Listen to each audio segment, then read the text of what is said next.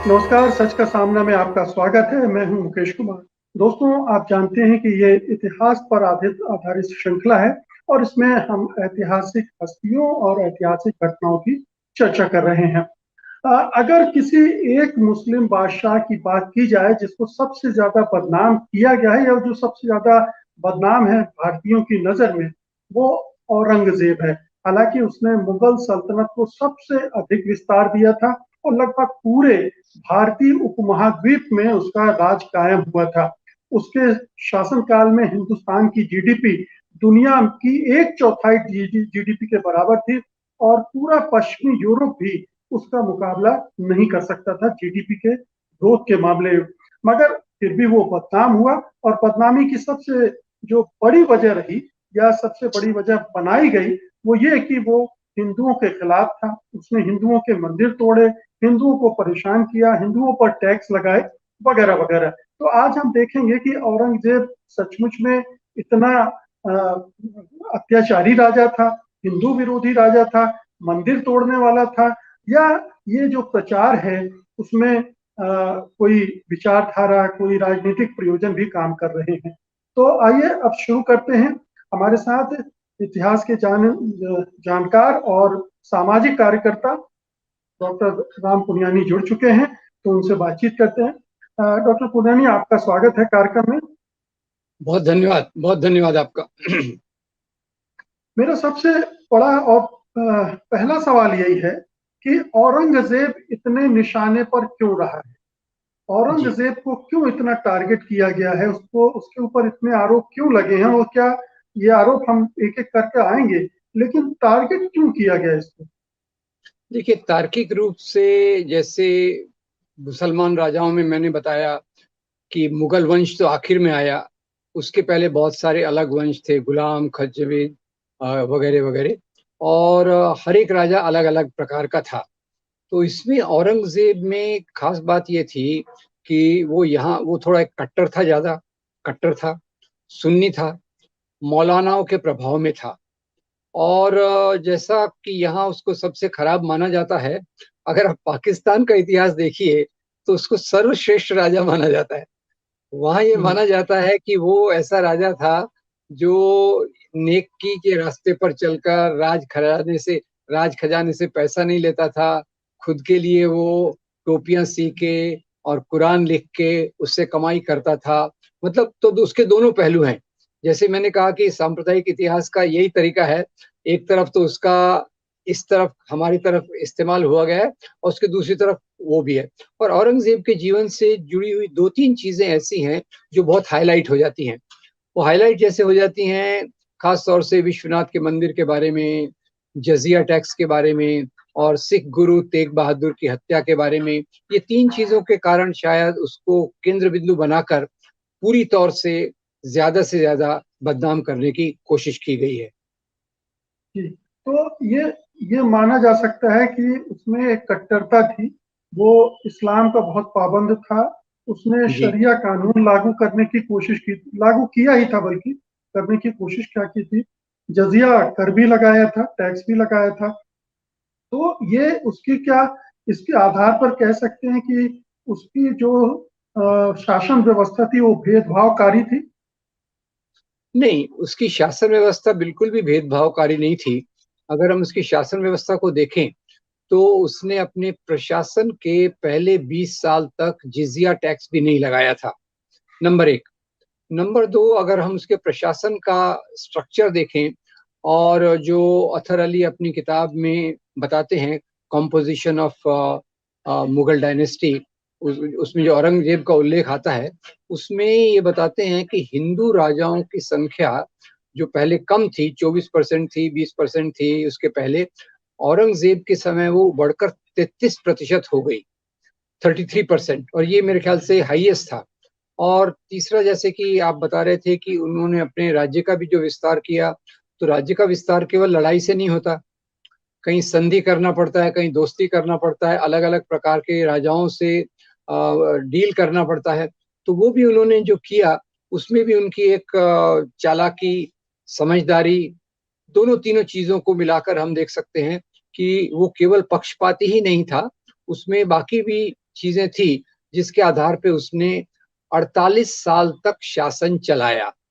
अब ये हो क्या गया कि एक तो सांप्रदायिक राजनीति को कोई टारगेट चाहिए, तो उसके बारे में ये फैलाया गया कि वो धर्मांतरण कर रहा है जबरदस्ती। इसको हम अगले एपिसोड में भी कभी देखेंगे कि जब तक वो 1.25 मन जनेऊ नहीं जमा करता था तब तक वो खाना नहीं खाता था। अब इसका तार्किक तौर पे सोचिए, 1.25 मन जनेऊ में कितने जनेऊ आते होंगे? हजारों के करीब आते होंगे। तो अगर वो दिन में 2 बार भी खाना खाए तो या क्या हजारों लोगों को मार के वो खाता था? ये भी बिल्कुल गलत है।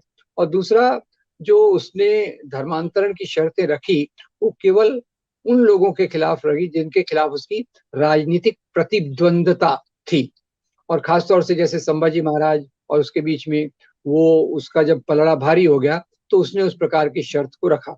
पर आम लोगों के लिए इस प्रकार का कोई उसने ये नहीं किया कि आपको ये करना पड़ेगा। जैसे जजिया के भी आपने कहा, तो अब जजिया का भी मैं थोड़ा शुरुआत में ही दे दूं कि क्योंकि जजिया के बारे में सबसे ज्यादा कहा जाता है। तो मध्ययुगीन इतिहासकार प्रोफेसर हरबंस बुकिया, जो अभी भी बहुत एक बड़े इतिहासकारों में से हैं, वो बताते हैं कि देखिए कि भाई औरंगजेब ने अपने प्रशासन के पहले 20 साल में तो जजिया लगाया नहीं। बाद में उसके खजाने में कुछ कमी होने लग गई क्योंकि वो दक्षिण की तरफ विस्तार कर रहा था। तो और उसको हमेशा मौलानाओं का दबाव था कि आप जजिया लगाइए। मौलाना लोगों का आर्ग्यूमेंट क्या था कि हम मुस्लिम हैं तो हमको अपना वर्चस्व दिखाना चाहिए, जबकि औरंगजेब इसको एक प्रशासनिक तरीके से ले रहा था। और इससे जजिया लगाने से कोई अपना धर्म नहीं बदलता। जजिया लगाने से कोई धर्म नहीं बदलता। धर्म कोई इतनी सच्ची चीज नहीं है। और उसमें खास तौर से जजिया के कारण अपना धर्म, हिंदू धर्म छोड़ के मुसलमान बनने का तो कारण ही नहीं था, क्योंकि जजिया जो था वो आपकी इनकम का 1.25%, इनकम का 1.25% था। और उसमें भी महिलाओं पर माफ था, वृद्धों पर माफ था, ब्राह्मणों पर माफ था। तो समाज के एक तबके पर ही लगता था 1.25%। और अगर आप मुसलमान हैं तो मुसलमान के रूप में आपको जक़ात देना पड़ता है, और जक़ात आपकी इनकम का 2.5% है, 2.5%। तो यहीं से ये आर्गुमेंट खत्म हो जाता है कि जजिया लगाने का उद्देश्य धर्मांतरण करना था। जजिया लगाने के बहुत सारे और उसके ऊपर दबाव रहे होंगे।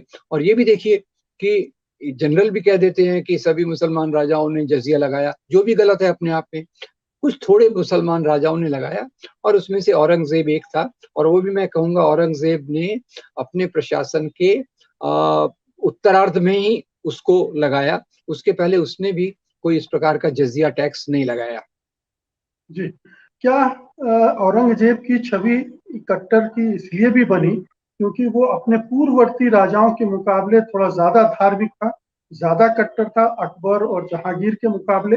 और दूसरा ये कि दारा शिकोह जो उनके भाई जी, थे वो बहुत उदार थे और मेल मिलाप पर यकीन रखते थे, और उनको उसने मरवा दिया था। तो क्या इस वजह से भी उनकी एक छवि शैतान वाली बना दी गई? अब ये कहना मुश्किल है, पर ये बात मुश्किल है। आपने जो अकबर और दारा शिकोह की याद दिखाई दिलाई, उसके बारे में हम फिर से कभी चर्चा करेंगे जब हम भारत की मिली जुली सभ्यता की बात करेंगे। तो उसमें जैसे दारा शिकोह उसका भाई था, और दारा शिकोह ये जहांगीर का फेवरेट था। जहांगीर को लगता था कि दारा शिकोह ने ही उसका उत्तराधिकारी, जहांगीर नहीं, शाहजहां को लगता था, सॉरी, शाहजहां को लगता था कि दारा शिकोह ने उसका उत्तराधिकारी बनना चाहिए। और दारा शिकोह जो था वो आध्यात्मिक प्रवृत्ति का था। उसने उपनिषदों का अनुवाद पर्शियन में करवाया, और उसका मेल मिलाप संतों से और दूसरे लोगों से रहता था। उसके मुकाबले में औरंगजेब एक अपनी इस्लामिक छवि को लेकर रखता था, और सत्ता के लिए वो मौलानाओं को भी अपने साथ में रखता था। वास्तव कारण ये भी हो सकता है कि मौलानाओं को साथ में रखने, सत्ता को ये अधीन करने के लिए। तो हो सकता है कि कंपेयर कंट्रास्ट जो है, अब क्या इतिहास के किसी एक कारण को ढूंढना मुश्किल है। बहुत सारी चीजें एक साथ मिल गई। एक तरफ दारा शिकोह है, फिर दूसरा उसने सत्ता में आने के लिए अपने पिता को भी कैद में रखा।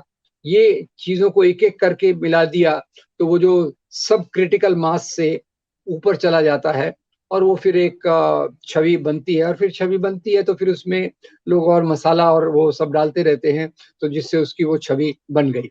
पर ये भी देखिए कि जैसे इधर ये छवि बन गई तो उधर पाकिस्तान में इसकी उल्टी छवि है। और पाकिस्तान में उसके वो पहलुओं को देखते हैं, क्योंकि कोई व्यक्ति को आप उसके 4 गुणों से नहीं देख सकते। 10 गुण हैं, 15 गुण हैं, उसमें सभी के कॉम्बिनेशन से, सभी के मेल जोल से व्यक्ति का मूल्यांकन करना चाहिए। तो यहाँ वो जो चीजों को चुना गया है, उन चीजों के आधार पे उसको कट्टा की एक छवि उसको दे दी गई है। जी, अभी आपने जिक्र किया कि मंदिरों को तोड़ने के लिए भी उसको दोष दिया जाता है औरंगजेब को, और ज्ञानवापी मस्जिद का भी हवाला दिया, जो काशी विश्वनाथ का मंदिर है, उसको उसके साथ मस्जिद बनाना, उसको नुकसान पहुंचाना वगैरह वगैरह। क्या औरंगजेब ने बहुत सारे मंदिर तोड़े? क्या मंदिरों से उसको नफरत थी, या उसने मंदिरों को बनवाया भी, मंदिरों को मदद भी की? ये भी इस तरह के प्रमाण आते हैं कि उज्जैन के महाकालेश्वर मंदिर को वो हर साल मदद देता था, और भी बहुत सारे मंदिरों को मदद देता था। देखिए, एक तो इसमें 2 भाग हैं। एक तो उसकी मंदिरों के बारे में उसकी जनरली जो नीति थी, जो मंदिर टूट फूट गए थे, उनको वो मरम्मत करने की इजाजत नहीं देता था। और उसके नाम पे सबसे बड़ी बात जो है वो काशी विश्वनाथ के मंदिर की है। तो काशी विश्वनाथ मंदिर के बारे में जो उल्लेख है, वो भारत के पूर्व जो एक कांग्रेस के प्रेसिडेंट रह चुके हैं, इतिहासकार भी रहे होंगे, डॉक्टर पट्टा भी सीतारामैया, उनकी एक किताब है फेदर्स एंड स्टोन। तो फेदर्स एंड स्टोन में वो बताते हैं कि उन्होंने इस मंदिर का ध्वंस करवाया क्योंकि वहां अनैतिक काम चल रहे थे। अब मंदिरों में अनैतिक काम का चलना, और वैसे भी ये औरंगजेब नैतिक मूल्यों के बारे में काफी कड़क था।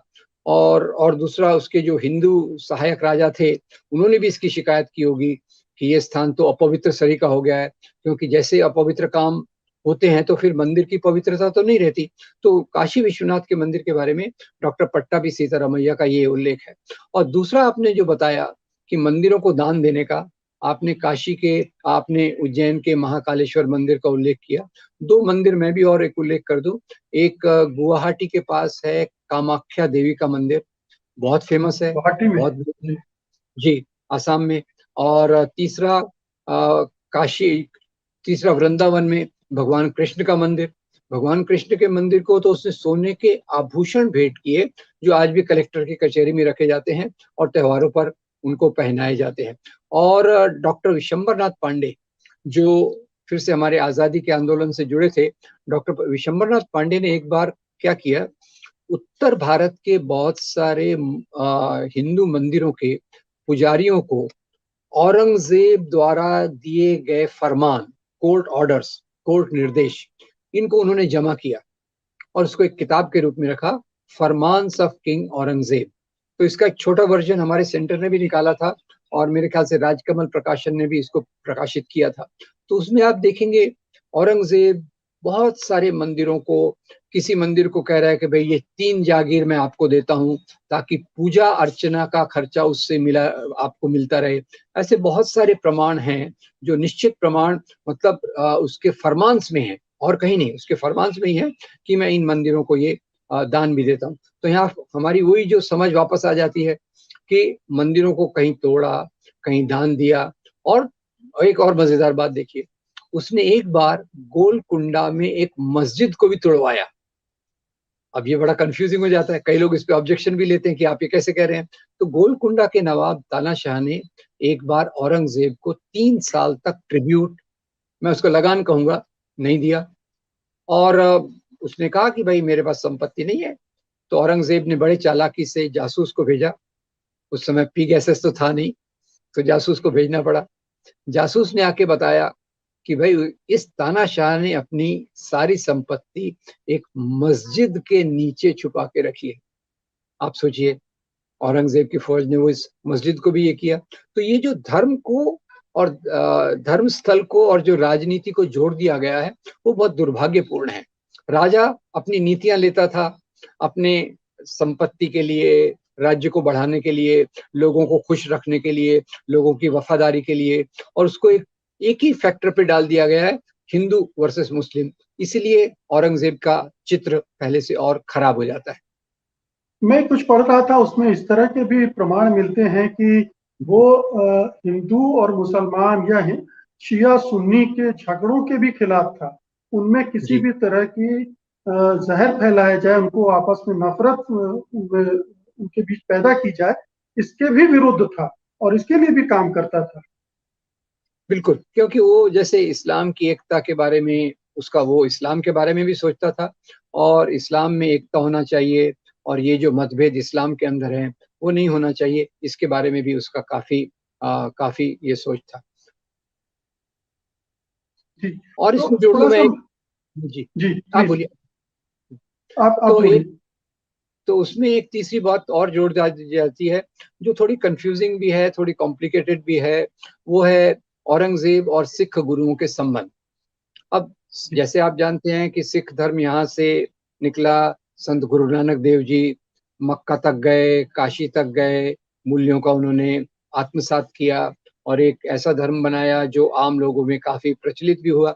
तो बाद में जब सिख गुरुओं में से ये सत्ता का केंद्र बनने लग गए, तब कुछ झगड़े हुए और सबसे पहला झगड़ा ये जो हुआ वो औरंगजेब और सिख गुरुओं का नहीं था, वो था काशी के हिंदू राजा बिलासपुर में जो राज्य करते थे उनका और सिख गुरुओं का।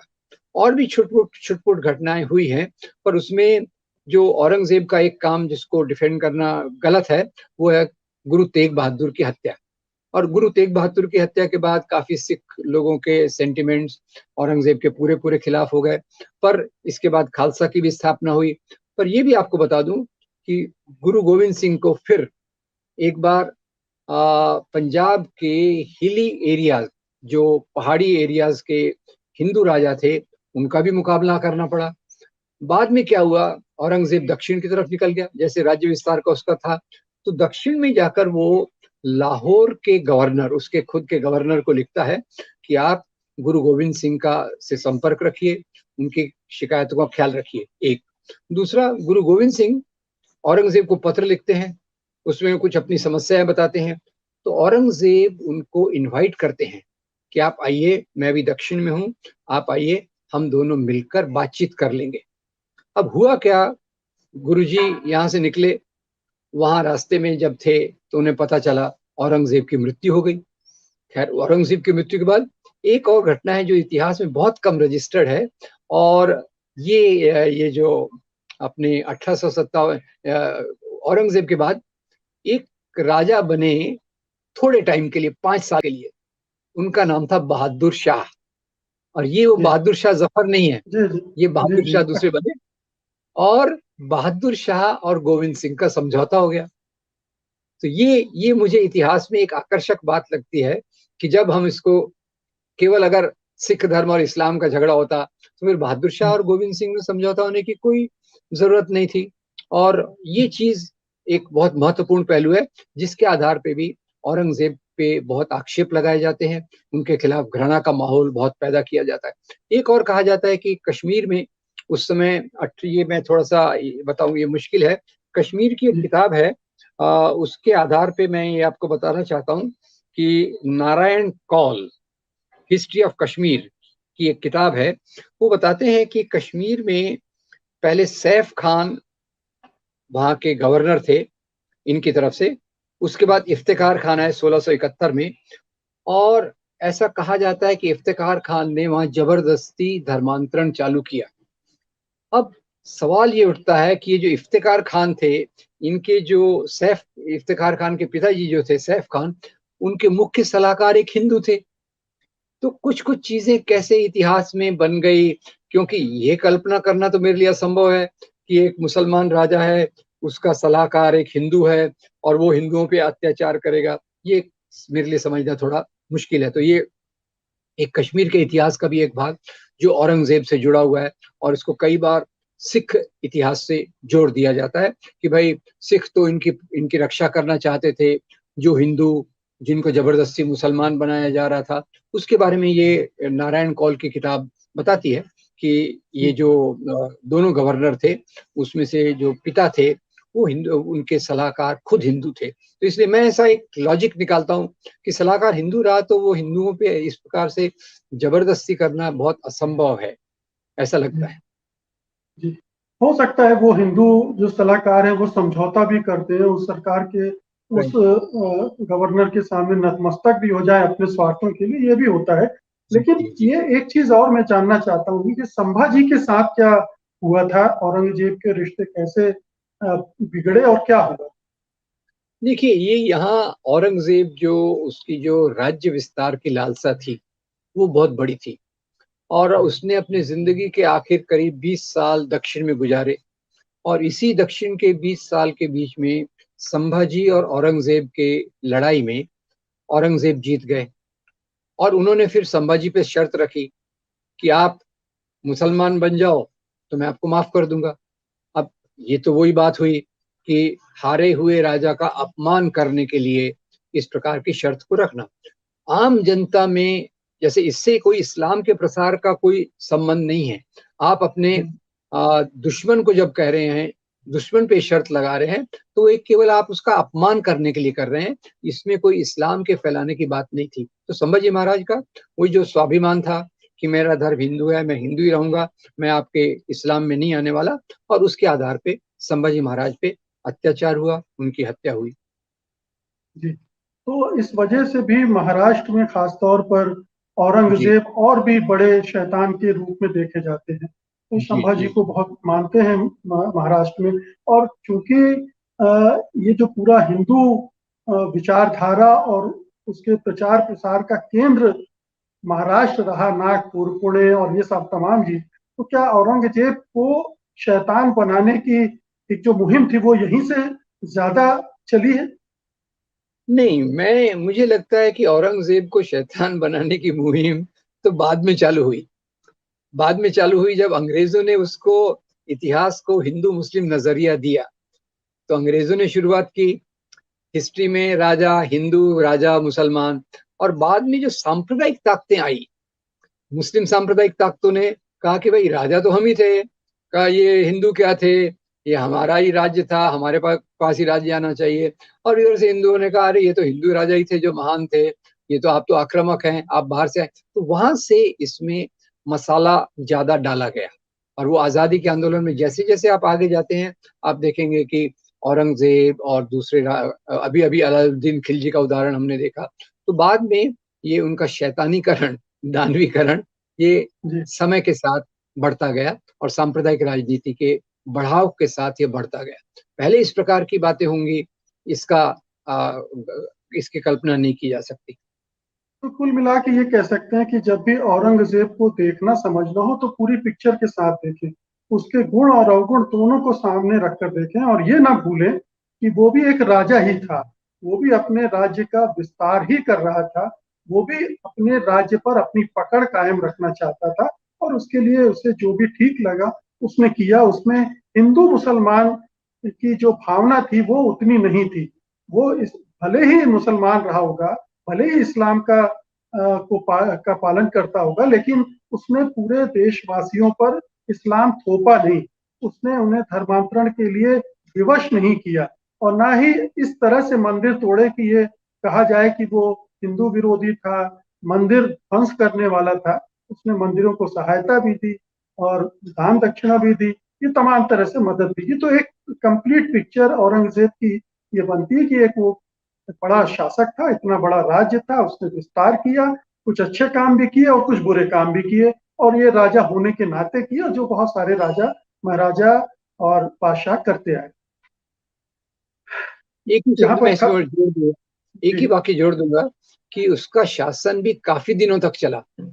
48 साल तक उसने शासन किया, और जी, 48 साल के शासन में अगर उसको धर्मांतरण करने होते तो शायद यहाँ कोई हिंदू बचता नहीं, या उसको मंदिर तोड़ने होते तो सभी मंदिरों का सफाया कर देता। ये भी हमें याद रखना चाहिए। 48 साल बिल्कुल, एक बहुत लंबा पीरियड होता है शासनकर्ता के लिए।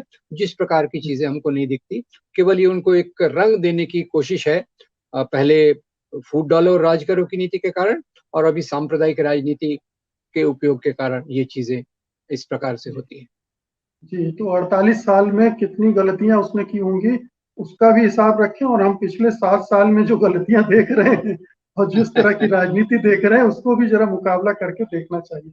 बहुत बहुत जी जी शुक्रिया राम पुनियानी जी। जी। बस लेकिन विदा लेने से पहले अपने दर्शकों से फिर दोनों गुजारिश कर दूं, पहली तो ये कि इस वीडियो को ज्यादा से ज्यादा शेयर करें ताकि ज्यादा से ज्यादा लोग सच्चाई से वाकिफ हो सकें। और दूसरा ये कि अगर आपको आज की कड़ी में कुछ ऐसी बात लगी हो, कोई जिज्ञासा हो, कोई प्रश्न हो, कोई संदेह हो, तो उसे कमेंट बॉक्स में जरूर दर्ज करें।